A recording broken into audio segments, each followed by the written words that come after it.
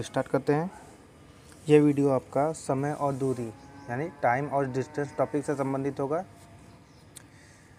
इस पहले पार्ट में हम लोग समय और दूरी से संबंधित प्रश्न को कैसे सॉल्व करते हैं उसके बारे में देखेंगे। यानी यह वीडियो आपका कॉन्सेप्ट पार्ट होगा, जिसमें किस प्रकार आपके टाइम एंड डिस्टेंस के क्वेश्चन को सॉल्व करेंगे, उसमें क्या अप्रोच रखेंगे, कौन से फॉर्मूले का यूज करेंगे, कंडीशनल क्वेश्चन कैसे सॉल्व करेंगे, इन सब के बारे में जानेंगे।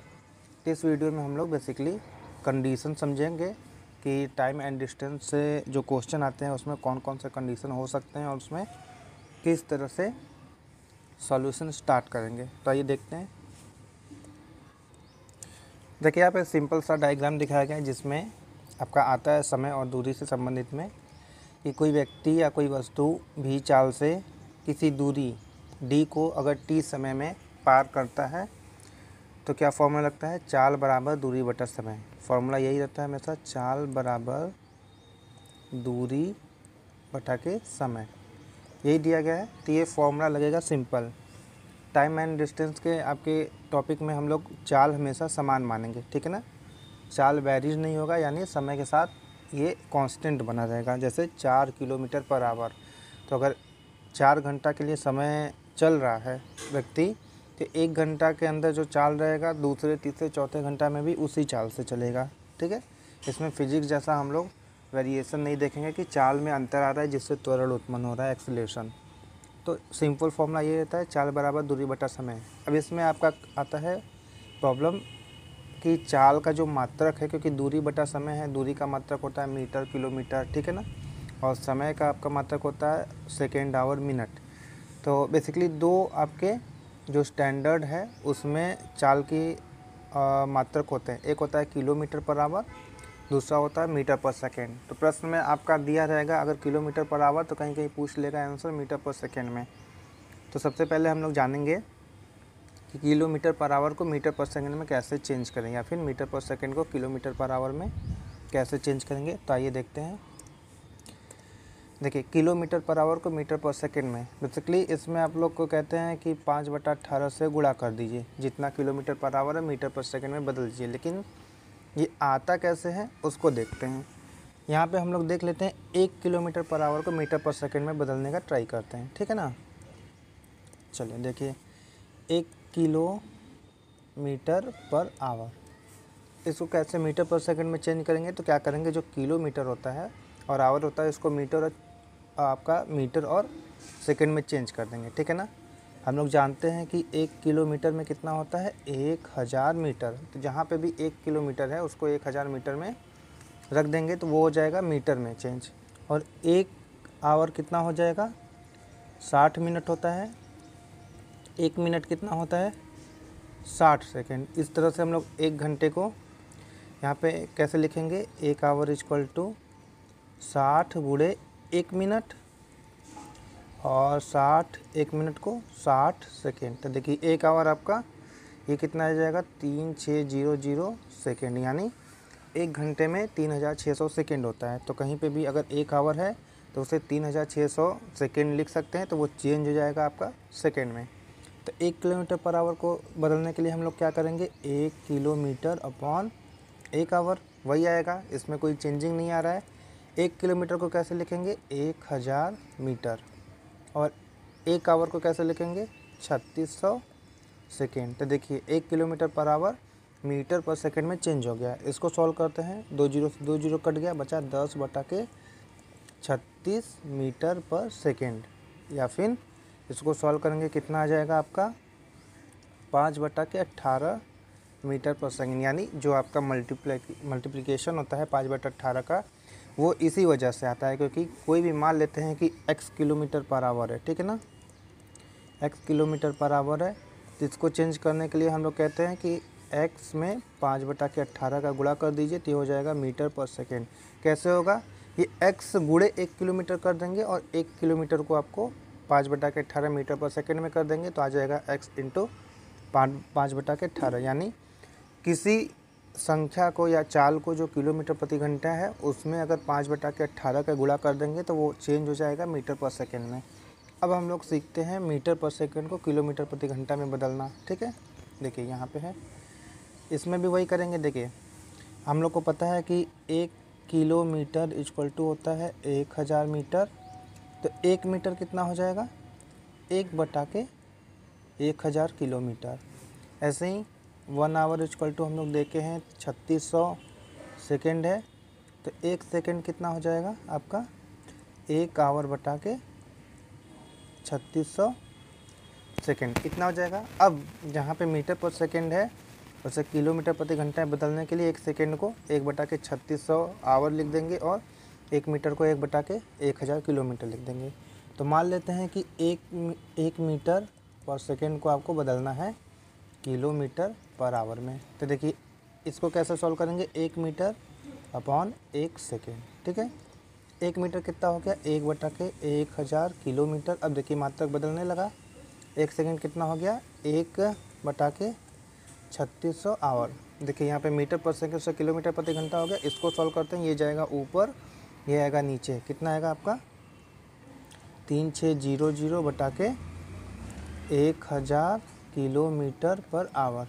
इसको सॉल्व करेंगे कितना आ जाएगा, 36 बटा के 10 या फिर 18 बटा के 5 यहाँ पे किलोमीटर पर आवर।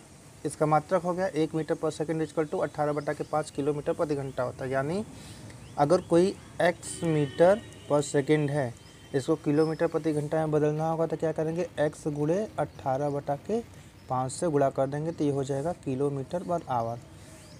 उसी को कहते हैं कि अगर मीटर पर सेकेंड से किलोमीटर प्रति घंटा में बदलना है तो 18 बटा के 5 से गुणा कर दीजिए और मात्रक अपने आप बदल जाएगा। तो ये आता कैसे है, इसी तरीके से आता है। ठीक है ना, तो बेसिक सोल्यूशन आप जानिए। ठीक है, क्योंकि एग्ज़ाम में आपका ये भी माइंड से स्किप कर जाता है कि क्या से मल्टीप्लिकेशन करना होता है, उल्टा सीधा हो जाएगा। लेकिन ये कॉन्सेप्ट पता रहेगा कि कैसे चेंज होते हैं, तो वहाँ पे अगर कन्फ्यूजन आ रहा है तो आप इसे इस तरीके से चेंज करके निकाल सकते हैं आंसर। अब देखते हैं अगला कॉन्सेप्ट क्या आता है।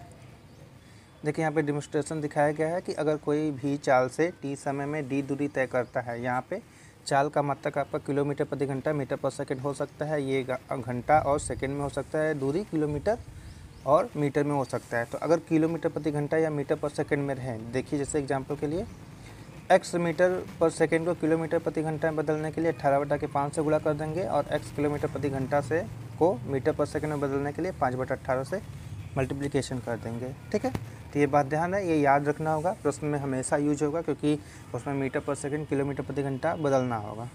अब देखते हैं अगला कॉन्सेप्ट क्या आता है। देखिए औसत चाल हम लोग क्या देखेंगे। ठीक है ना, प्रश्न में कभी कभी आता है औसत चाल का, होता है भी एवरेज, शॉर्ट में किया गया।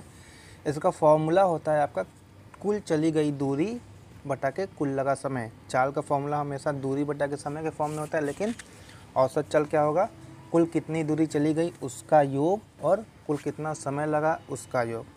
देखिए यहाँ पे दिखाया गया है आपका डायग्राम में, कोई व्यक्ति है d1 दूरी को t1 समय में पार कर रहा है, फिर उसके बाद b से c में d2 दूरी को t2 समय में पार कर रहा है। ठीक है, यहाँ पे कौन सा चाल है वो नहीं दिया गया, लेकिन पूछ रहा है a से c तक जाने के लिए जो औसत चाल किस चाल से चला है उसको निकालिए। तो औसत चाल का फॉर्मूला यहाँ पे लगा है d1 + d2 यानी चली गई कुल दूरी अपॉन लगा कुल समय, यानी a से b में जो t1 समय लगा और b से c में t2 समय लगा उनका योग। तो ये फॉर्मूला हमेशा याद रहे, औसत चाल हमेशा होता है कुल दूरी यानी चली गई कुल दूरी का योग अगर अलग अलग दूरी है और कुल लगा समय। ठीक है ना, ये बात हमेशा ध्यान दें। अब ये आपका समय के बजाय चेंज करके चाल में भी दे सकता है, जैसे देखते हैं अगले वाले में। जैसे देखिए यहाँ पे आ गया, जैसे देखिए यहाँ पे एग्जांपल के लिए देखिए कोई व्यक्ति आपका जा रहा है यहाँ से a से b में t1 समय में पार कर रहा है, d दूरी है और v1 चाल से जा रहा है। ठीक है ना, फिर वापस b से a की तरफ आ रहा है। ठीक है ना, तो a से b में जाने और b से a में आने में औसत चाल क्या रहा होगा, तो औसत चाल वही लगा होगा कुल दूरी। अब कुल दूरी कैसे निकालेंगे, देखिए a से b जा रहा है, b से a जा रहा है, तो जाने आने की दूरी बराबर हो गई, तो मतलब d + d टोटल 2d दूरी तय करा। और समय अगर जाने में t1 समय लग रहा है, आने में t2 समय लग रहा है, तो दोनों का योग ये हो गया औसत चाल। लेकिन अगर समय ना दे के बोले कि इतने किलोमीटर प्रति घंटा से ये दूरी तय कर रहा है, फिर वापस आ रहा है इतने किलोमीटर प्रति घंटा से इतनी दूरी, उसी दूरी को, है ना, तो लगेगा आपका जाने और आने में कितनी दूरी है उसका योग d प्लस डी, क्योंकि यहाँ पे दोनों कंडीशन में जाने आने में d बराबर है। लेकिन यहाँ पे समय t1 और t2 निकालना होगा। t1 कैसे निकलेगा, d दूरी t1 समय में तय कर रहा है, तो वही फॉर्मूला लगाएंगे, चाल बराबर दूरी बटा के समय। अगर t1 समय में d दूरी तय कर रहा है जाने में, तो उसका चाल v1 हो गया। तो t1 की जगह हम रखेंगे d बटा के v1, और आने में अगर v2 चाल से आ रहा है तो वही लिखेंगे v2 इक्वल टू d बटा के t2। तो यहाँ से t2 का मान कितना आ जाएगा, d बटा के v2। यहाँ पे t1 का मान कितना आ जाएगा, d बटा के v1।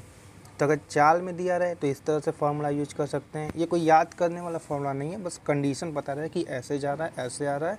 औसत चाल का आपका फार्मूला बता रहे हैं कि औसत चाल होता है हमेशा कुल दूरी बटा के कुल समय। बाकी आपको प्रैक्टिस में जो रहेगा वो अब समझ में आने लगेगा कि फार्मूला यूज करना बहुत ज़रूरी नहीं है, कंडीशन समझना ज़रूरी है। क्योंकि प्रश्न में आपको कंडीशन बोलेगा, ये नहीं बोलेगा कि आप कौन सा फार्मूला यूज करिए, ठीक है ना। कंडीशन क्लियर रहेगा, फार्मूला अपने आप ये सब लगने लगेगा। कोई याद करने वाला फार्मूला है नहीं, बस ये याद रहे कि औसत चाल क्या होता है, कुल चली गई दूरी यानी चली गई दूरियों का योग, और कुल लगा समय यानी जितने समय अलग अलग लग रहे हैं उनका योग। ये होता है आपका औसत चाल का फार्मूला। अब देखते हैं अगला कंडीशन क्या आता है, अगला केस क्या आता है। देखिए दिया है अगला कंडीशन, जब कोई व्यक्ति कार या कोई भी बाइक, साइकिल जिसकी स्वयं की लंबाई नगण्य हो। नगण्य होने का क्या मतलब हो गया, किसी व्यक्ति की लंबाई तो आपका मुश्किल से 1 फीट चौड़ा भी नहीं होता है, ठीक है ना। अगर देखेंगे हॉरिजॉन्टली या ट्रेन के सापेक्ष, पुल के सापेक्ष या टनल के सापेक्ष किसी कार की भी लंबाई बहुत कम होती है, तो उसको बोलते हैं नगण्य, है ना। तो कोई व्यक्ति कार या जिसकी स्वयं की लंबाई नगण्य हो भी चाल से किसी पुल, प्लेटफॉर्म, टनल या जिसकी लंबाई d हो।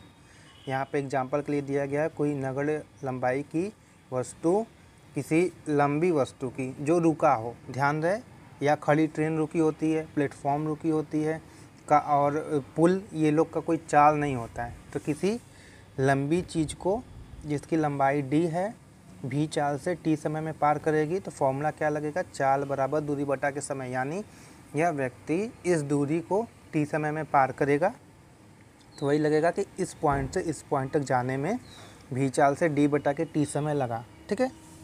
बेसिक फॉर्मूला है, जैसे कोई व्यक्ति d दूरी को तय कर रहा है, यही आपका कंडीशन इसमें लगेगा। अब देखते हैं अगला कंडीशन। अब देखते हैं रिलेटिव वेलोसिटी क्या होता है, यानी सापेक्षिक चाल होता है। इसको हम लोग इंडिकेट करेंगे VR, यानी रिलेटिव वेलोसिटी। देखिए किसी एक गतिमान वस्तु की दूसरे गतिमान वस्तु के सापेक्ष चाल रिलेटिव वेलोसिटी कहलाता है।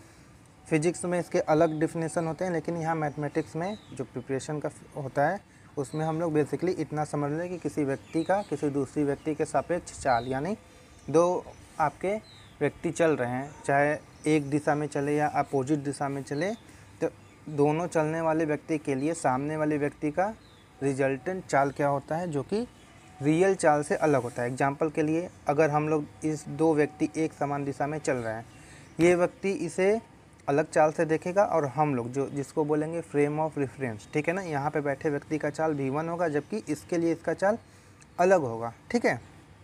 तो इसके लिए इसका चाल क्या होगा और इसके लिए इसका चाल क्या होगा, उसको निकालना ही एक कहते हैं रिलेटिव वेलोसिटी हो गया, ठीक है ना। एक दूसरे के सापेक्ष जो चाल निकाला गया वो, तो कैसे निकलता है रिलेटिव वेलोसिटी उसका मान, तो देखिए जब समान दिशा में दोनों चले, यानी रिलेटिव वेलोसिटी का आपका फंडा तब होता है जब दो व्यक्ति एक साथ गतिमान हो अलग अलग चाल से, ठीक है ना। अगर समान चाल रहा तो रिलेटिव वेलोसिटी नहीं होगा, दोनों की चाल अलग अलग होनी चाहिए, और दिशा आपका एक समान हो सकता है और अलग हो सकता है। एक समान मतलब एक ही दिशा में दोनों चले, लेकिन अलग चाल से चले, और विपरीत दिशा में चले, यानी एक दूसरे के पास की ओर आए या फिर दूर जाए। तो देखिए जब कंडीशन होता है समान दिशा में दोनों चले, तब रिलेटिव वेलोसिटी कैसे निकालते हैं। देखिए यहाँ पे दिया गया है, दो व्यक्ति समान दिशा में चल रहे हैं जहाँ पे v1 चाल v2 से अधिक है। इसका अर्थ क्या होगा कि कुछ समय बाद ये इसे अप्रोच कर लेगा कुछ दूरी तय करने में, है ना। लेकिन यहाँ पे रिलेटिव वेलोसिटी का होगा VR equal to v1 minus v2, यानी समान दिशा में चले तो बड़ा चाल में से छोटा चाल माइनस कर देंगे, ये देगा हम लोग का रिलेटिव वेलोसिटी। ठीक है, ऐसे हम लोग निकालते हैं सापेक्षिक चाल। और इस VR चाल से ये इसे अप्रोच करेगा, ऐसा इसको फील होगा, इसको लगेगा कि यह व्यक्ति रिलेटिव वेलोसिटी यानी v1 माइनस v2 चाल से इसकी तरफ आ रहा है, इसको लगेगा कि यह VR चाल से इसकी तरफ जा रहा है। ठीक है ना, लेकिन एग्जैक्टली चाल आपका होता है जो ये अपना v1 चाल चल रहा है, ये v2 चाल चल रहा है। अब देखते हैं अगर विपरीत दिशा हो तब क्या होता है। तो देखिए विपरीत दिशा में आपका v1 ग्रेटर देन v2 या v2 ग्रेटर देन v1 का कोई फंडा नहीं होता है। ठीक है, क्योंकि ये दोनों एक दूसरे के अप्रोच आ रहे हैं, तो चाहे कोई भी तेज हो एक दूसरे के करीब आएंगे। तो जब दोनों एक दूसरे के विपरीत दिशा में चले तो एक दूसरे के अप्रोच करेंगे, एक दूसरे के पास आएंगे, उस समय आपका रिलेटिव वेलोसिटी आपका सापेक्षिक चाल होगा v1 प्लस v2 यानी जुड़ जाएगा। कैसे लगेगा, अगर दोनों एक दूसरे की तरफ आएंगे तो इसको लगेगा कि ये v1 प्लस v2 चाल से इसकी तरफ आ रहा है, और इसको लगेगा कि ये वजह जो पहला वाला आपका ऑब्जेक्ट है वो v1 प्लस v2 चाल से इसकी तरफ आ रहा है। तो ध्यान रहे, जब सापेक्षिक चाल की बात हो तो सापेक्षिक चाल यानी रिलेटिव वेलोसिटी आपका दोनों ऑब्जेक्ट के लिए एक समान आता है, चाहे इसके लिए भी ये v1 प्लस v2 चाल से इधर आ रहा है और इसके लिए भी ये v1 प्लस v2 चाल से इधर आ रहा है। तो ये था आपका रिलेटिव वेलोसिटी कैसे निकालते हैं। अब हम लोग अलग अलग कंडीशन में देखेंगे कि जब दो व्यक्ति एक दिशा और दूसरी दिशा में चले और एक दूसरे के पार करे या फिर कुछ दूरी तय करे तो उस कंडीशन में आपका कैसे फॉर्मूला लगता है। ठीक है ना, तो चलिए देखते हैं। चलिए देखें, यहाँ पे कंडीशन दिखाया गया है सापेक्षिक चाल VR हम लोग पढ़ रहे थे। देखिए जब दोनों गतिमान वस्तु की लंबाई नगण्य हो, अब अलग अलग कंडीशन आता है कि अगर दो वस्तु एक साथ चल रहे हों अलग अलग चाल से, तो उसमें क्या दो व्यक्ति की लंबाई अलग हो सकती है। यानी जैसे ट्रेन हो सकते हैं जो ऑब्जेक्ट हैं, जो मूविंग ऑब्जेक्ट हैं, या फिर कोई व्यक्ति हो सकता है, कार हो सकता है जिसकी लंबाई नगण्य हो, और ट्रेन हो सकते हैं जिसकी लंबाई कुछ मानने योग्य हो। तो पहला कंडीशन हम लोग मानते हैं कि जब दोनों गतिमान वस्तु की लंबाई नगण्य हो, एग्जाम्पल के लिए व्यक्ति गतिमान हो, कार हो, बाइक हो, इन दोनों में से, तीनों में से, या ऐसे ऑब्जेक्ट जिसकी लंबाई न मानने योग्य हो, ऐसा ऑब्जेक्ट मूविंग करें। यहाँ पे कंडीशन दिखाया गया है दो व्यक्ति, या यहाँ पे दो कार दो बाइक भी मान सकते हैं। अब कंडीशन पहला आता है कि वो दोनों समान दिशा में चले। तो अगर समान दिशा में चले तो देखिए मान लेते हैं ये A ऑब्जेक्ट है, ये B ऑब्जेक्ट है, दो पर्सन है, ए वाला इसको अप्रोच कर रहा है। ये तब कंडीशन लगता है जब प्रश्न में देता है आपका कि कोई पुलिस चोर को पकड़ रहा है।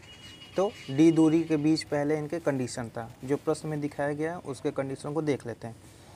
ए व्यक्ति B को अप्रोच कर रहा है, प्रारंभ में इनके बीच की दूरी D है। ठीक है, अब ये इसे दौड़ा रहा है, रन करा रहा है, और v1 ग्रेटर देन v2 है, यानी इसकी चाल इससे अधिक है। तो जब समान दिशा में चले तो हम लोग क्या करते हैं, v1 माइनस v2 यानी सापेक्षिक चाल से ये इस दूरी को क्रॉस करेगा। ठीक है ना, इसे पकड़ेगा। तो VR चाल से ये इसकी तरफ तय करेगा, तो कितनी दूरी तय करेगा, क्या कंडीशन होगा वो हम लोग देखते हैं। मान लेते हैं प्रश्न में ऐसे दिया रहता है कि t समय बाद ये दोनों, ये जो पर्सन A है पर्सन B को t समय बाद पकड़ लेता है। ठीक है ना, इसके पास पहुंच जाता है।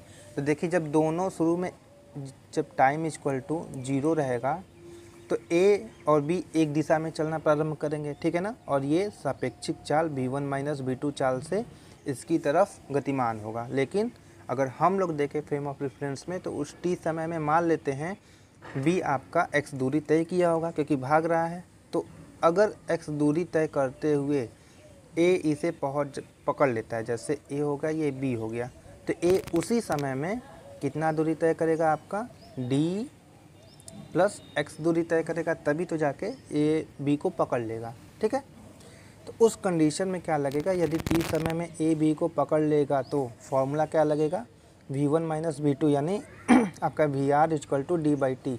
ये कुछ ऐसा कंडीशन होगा कि जब रिलेटिव वेलोसिटी का आपका फॉर्मूला लगेगा तो ऐसा रहेगा कि VR चाल यानी सापेक्षिक चाल से A B को पकड़ने जा रहा है, B रुका है, और VR चाल से A उसे D दूरी तक तय करता है। ये एक दूसरे के संबंध में होगा, यानी इसको लगेगा कि VR चाल से A उसे D दूरी तय करके पकड़ लिया। लेकिन एग्जैक्टली में क्या होगा, जो फ्रेम ऑफ रेफरेंस में हम लोग रहेंगे वो देखेंगे कि B t समय में x दूरी भागा होगा तो A उसी t समय में d प्लस x दूरी तय किया होगा तभी जाके ए बी को पकड़ लिया होगा।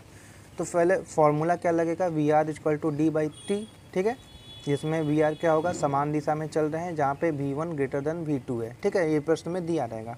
तो V one minus V two equal to D by T. लेकिन एग्जैक्टली अगर एक्स आपका दूरी तय कर रहा है तो उसको समझते हैं कैसे आया होगा, ठीक है। देखते हैं अगले पॉइंट में।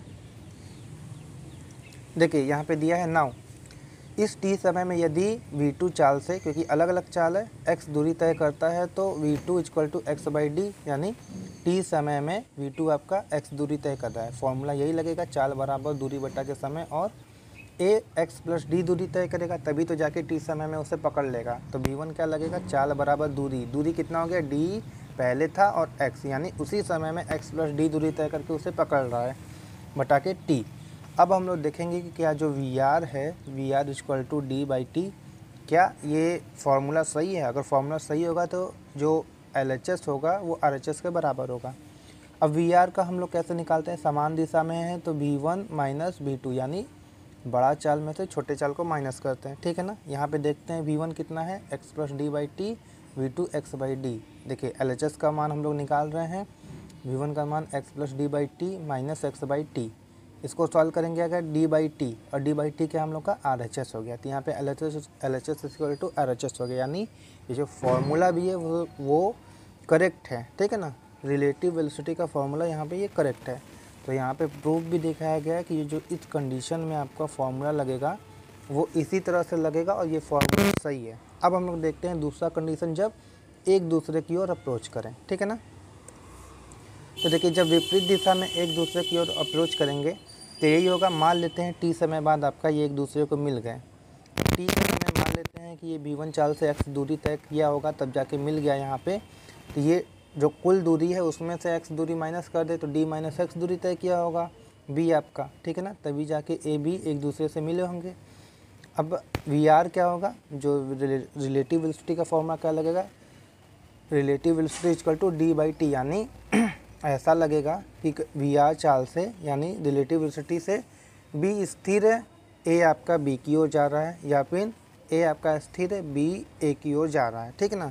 इस चाल से ये इसकी तरफ बढ़ेंगे, ये चाल, और इसी चाल से ए बी की ओर बढ़ेगा। ऐसा आपका सिचुएशन लगेगा इन दोनों को। जबकि जो हम लोग सामने से देखेंगे उसमें यही लगेगा कि टी समय में ए ने एक्स दूरी तय किया तो बी ने डी माइनस एक्स दूरी तय के एक साथ मिल गए। यहाँ पे पहले इनके बीच की दूरी थी डी, उसमें कंडीशन क्या लगेगा, अगर ए आपका एक्स दूरी तय कर रहा है v1 चाल से तो v1 equal to X by T, और उसी समय में b d माइनस एक्स दूरी तय कर रहा है तो उसे d minus x by T आपका चाल से तय करेगा। तो ये फॉर्मूला लग गया। और इसमें हम लोग उसी तरह से जो पिछले वाले केस में देखे थे फॉर्मूला प्रूफ भी कर सकते हैं, जो कि यहाँ पे दिखाया नहीं गया है, ठीक है ना। सिर्फ पहले केस में दिखाया गया था, आएगा वही L H S equal to R H S. अब हम लोग देखते हैं अगला कंडीशन क्या होता है। देखिए अगला कंडीशन है, जब कोई L1 लंबाई की ट्रेन किसी खड़े व्यक्ति, खंभा, पेड़, गाड़ी, कार etc जिसकी लंबाई नगण्य हो उसे पार करे तो, ठीक है। मान लेते हैं कोई ट्रेन है जिसकी लंबाई है, ट्रेन की लंबाई 200, 400, 500 मीटर होती है।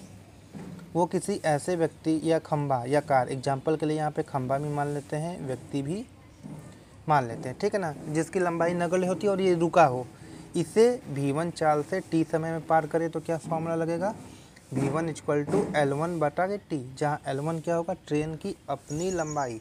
तो इस कंडीशन में यही होगा कि कोई, जैसे एग्जांपल के लिए देख लेते हैं, प्लेटफॉर्म पे खड़ा व्यक्ति होता है, अगर उसे ट्रेन v1 चाल से तय करता है और उसकी लंबाई आपकी L1 हो गई तो क्या होगा, ट्रेन L1 दूरी t समय में तय करेगा, ऐसा लगेगा, ठीक है ना। तो फॉर्मूला ये लगेगा v1 इक्वल टू L1 बटा के t। लेकिन जब ट्रेन L1 किसी पुल, प्लेटफॉर्म, खड़ी ट्रेन जिसकी लंबाई L2 हो उसे t समय में पार करे, यानी जैसे d दूरी को तय करे, या ट्रेन किसी पुल को पार करता हो, नदी पे बना हुआ, किसी टनल को पार करता हो, या फिर जो प्लेटफॉर्म होती है उसकी तो लंबाई होती है आपकी कार से, मनुष्य से या पोल पेड़ से बहुत ज़्यादा होती है, उसकी लंबाई तो नेगलेक्ट की नहीं जा सकती। मान लेते हैं उसकी लंबाई L2 है। यहाँ पे ट्रेन के संबंध में दिखाया गया, ट्रेन भी खड़ी ट्रेन भी हो सकती है, खड़ी ट्रेन की वेलोसिटी 0 होती है तो वो एक दूरी का काम करेगी। तो इस कंडीशन में दिखाया गया कि एक L1 ट्रेन की लंबाई, और L1 ट्रेन अगर भी चाल से किसी L2 दूरी को, जिसकी लंबाई चाहे पुल ट्रेन और खड़ी ट्रेन या आपका टनल हो, उसे t समय में पार करे, तो फॉर्मूला लगेगा चाल इक्वल टू दूरी में कितना दूरी तय करेगा, अपनी और उस लंबाई के बराबर का योग, L1 प्लस L2 दूरी को t समय में पार करेगा, ये आपका फॉर्मूला लगेगा। आगे देखते हैं कंडीशन। अब देखते हैं, देखिए अगर देखिए सापेक्षिक चाल में ही ये आएगा। अब आता है जब कोई L1 लंबाई की ट्रेन V1 चाल से, देखिए L1 लंबाई की ट्रेन V1 चाल से कोई व्यक्ति, कार, बाइक जिसकी लंबाई तो नगण्य हो लेकिन उसके अंदर चाल हो, ठीक है ना, जैसे कार हो गया, दौड़ते हुए कार हो गया, चलता हुआ पर्सन हो गया, ठीक है ना, बाइक हो गया, जिसकी चाल V2 हो, उसे t समय में पार करती है। तो अब इसमें दो कंडीशन हो सकते हैं, जो कार हो वो विपरीत दिशा में आए या समान दिशा में चले। तो यहाँ पे दिखाया गया दो कंडीशन, जब वे एक समान दिशा में चले और मान लेते हैं कि जनरली ट्रेन की चाल होती है व्यक्ति या कार की चाल से अधिक होती है, तो वहाँ पे दिखाया गया है कि V1 ग्रेटर देन V2 है, यानी ट्रेन की चाल आपकी कार की चाल या व्यक्ति की चाल से अधिक है। तो इस कंडीशन में क्या होगा, ये इसे अब यहाँ पे रिलेटिव वेलोसिटी का फंडा लगेगा, यानी रिलेटिव चाल से ट्रेन इसे अप्रोच करेगा। तो रिलेटिव वेलोसिटी कितना हो जाएगा, VR equal to V1 minus V2, जो ज़्यादा है उसमें से कम वाले को घटा देंगे, इस चाल से ये इसे क्रॉस करेगा ट्रेन अपनी लंबाई के बराबर। तो फॉर्मूला क्या लगेगा आपका, VR इक्वल टू L1 बटा के 3, यानी रिलेटिव वेलोसिटी के चाल से आपका ट्रेन अपनी लंबाई के बराबर दूरी t समय में तय करेगा। तो यहीं पे यहाँ पे फॉर्मूला दिखाया गया, VR इक्वल टू L1 बटा के t, या फिर V1 माइनस V2 हो जाएगा, VR इक्वल टू L1 बटा के t। लेकिन जब वे विपरीत दिशा में आए तो क्या होगा, विपरीत दिशा में चाल जुट जाते हैं, रिलेटिव वेलोसिटी हमेशा योग आता है और अपनी लंबाई के बराबर ही दूरी तय करता है। तो VR इक्वल टू L1 बटा के t, या फिर V1 plus V2 equal to L1 बटा के t। अब देखते हैं अगले कंडीशन में, अगर इसकी कुछ लंबाई हो, इसके जगह आपकी ट्रेन हो गई, ठीक है ना, तो क्या कंडीशन लगेगा। तो देखते हैं यहाँ पे,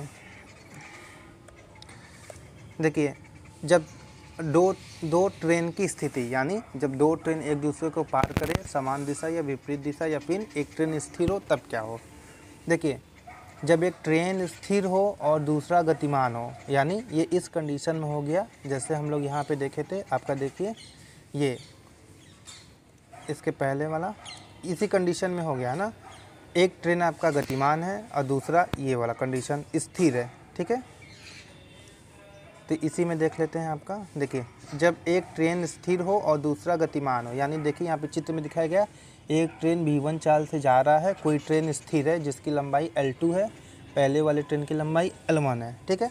तो यहाँ पे तो एक ही चाल है, तो यहाँ पे सापेक्षिक चाल नहीं चलेगा, तो नॉर्मली ये V1 चाल से अपने लंबाई की अपनी लंबाई प्लस जो खड़ी ट्रेन है उसकी लंबाई के योग के बराबर t समय में दूरी तय करेगा। तो फॉर्मूला वही लगेगा, चाल इक्वल टू दूरी बटा के समय, जहाँ दूरी कितना होगा, L1 प्लस L2 दूरी के बराबर आपका तय कर रहा है ये ट्रेन A, इसको मान लेते हैं A, इसको मान लेते हैं B, और किस चाल से तय कर रहा है, V1 चाल से, ठीक है ना, t समय में। ऐसे प्रश्न में दिया रहेगा तो फॉर्मूला ऐसे ही लगाएंगे। अब आता है जब दोनों ट्रेन समान दिशा में चले, तो समान दिशा में चले तो आपका रिलेटिव वेलोसिटी का काम करेगा। तो रिलेटिव वेलोसिटी समान दिशा में आपका आता है V1 माइनस V2, यानी बड़े में से छोटे को घटा दें। इस चाल से, VR चाल से दोनों ट्रेन की लंबाई नेगलेक्ट नहीं की जा सकती, उनकी कुछ ना कुछ लंबाई है, तो कितनी लंबाई तय करेगी, कंडीशन में ऐसे कहेगा कि ट्रेन है तेज़ चलने वाली ट्रेन आगे और स्लो चलने वाली ट्रेन को t समय में पार करेगी, तो कितनी दूरी तय करेगी ये हम लोग को निकालना है। चाल बराबर दूरी बटा के समय होता है, तो दूरी कितनी होगी, अपनी लंबाई के बराबर प्लस जो सामने वाली ट्रेन चल रही है समान दिशा में उसकी लंबाई के बराबर, ठीक है ना। इन दोनों की लंबाई के योग के बराबर दूरी ट्रेन ये तय करेगी t समय में। तो फॉर्मूला यही लगेगा, सापेक्षिक चाल VR equal to L1 plus L2 बटा के t। यहाँ पे VR कितना हो गया, औसत ये रिलेटिव वेलोसिटी कितना हो गया, V1 minus V2 equal to L1 plus L2 बटा के t। ये कंडीशन लगेगा जब समान चाल में दो ट्रेन एक दूसरे को क्रॉस करें t समय में। अब देखते हैं जब दो ट्रेन विपरीत दिशा में गतिमान हो, तो अगर मान लेते हैं कि प्रश्न में दिया कि दो ट्रेन विपरीत दिशा में एक तरफ आ रहे हैं और t समय में एक दूसरे को पार करते हैं, जिसमें पहले वाले ट्रेन की लंबाई L1 है, दूसरे वाले ट्रेन की लंबाई L2 है, तब क्या होगा, ये रिलेटिव वेलोसिटी से एक दूसरे को पार करेंगे। कितना दूरी तय करेंगे? दोनों ट्रेन की लंबाई के योग के बराबर, ठीक है। L1 प्लस L2 बटा के T। यहाँ पे VR कितना हो जाएगा? विपरीत दिशा में है तो जुटता है V1 प्लस V2, ये V2 हो जाएगा। V1 plus V2 equal to L1 plus L2 बटा के T। तो देखिए अब कुछ कंडीशन हम लोग जान लेते हैं कि अगर देखिए एक ट्रेन, अगर ट्रेन रहे किसी नेगलेक्ट वस्तु को पार करे तो अपनी लंबाई के बराबर पार करता है कि जो समय दिया रहेगा उसमें। अगर दो ट्रेन पार करें एक दूसरे को, ठीक है ना, चाहे एक खड़ा रहे या दूसरा वाला भी गतिमान हो, तो L1 प्लस L2 दूरी तय करता है, ठीक है ना। अगर कोई कार है, चलती हुई कार है, किसी खड़ी ट्रेन प्लेटफॉर्म पुल को पार करता है तो जो खड़ी हुई वस्तु है जिसकी लंबाई है उसकी लंबाई के बराबर दूरी तय करता है और जितने समय में तय करता है वो आपका फॉर्मूला लगेगा। इस तरह से इतने सारे कंडीशन थे जिसको हम लोगों ने देखा बारी बारी से। इन्हीं सब कंडीशन के बेस पे आपके प्रश्न आते हैं टाइम एंड डिस्टेंस के, जो कि हम लोग पहले पार्ट में देखेंगे और टाइम एंड डिस्टेंस के प्रैक्टिस सेट में हम लोग इसी को सॉल्व करेंगे। तो इस वीडियो में बस इतना ही था। आपका पहला पार्ट में हम लोग क्वेश्चन लगाएंगे और देखेंगे कि कैसे ये सब कंडीशन अप्लाई होते हैं। चलिए, थैंक यू।